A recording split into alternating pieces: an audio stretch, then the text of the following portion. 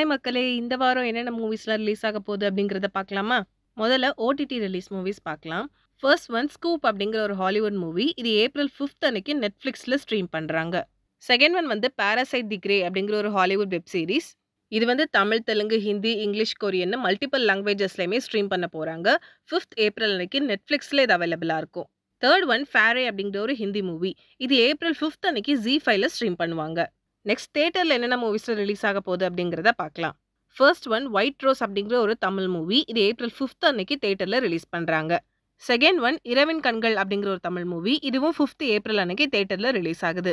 அடுத்ததா ஆலா காலம் அப்படிங்கிற ஒரு தமிழ் மூவி. இதுவும் 5th ஏப்ரல் அன்னைக்கு தியேட்டர்ல ரிலீஸ் பண்றாங்க. இந்த வீக் மூவி ரிலீஸ்னு பார்த்தோம்னா கொஞ்சம் கம்மியாக தான் இருக்கு. அண்ட் இப்போ நான் சொன்ன மூவிஸ்ல நீங்க எதெல்லாம் பார்க்க போறீங்க அப்படிங்கிறத கீழே கமெண்ட் பண்ணுங்க.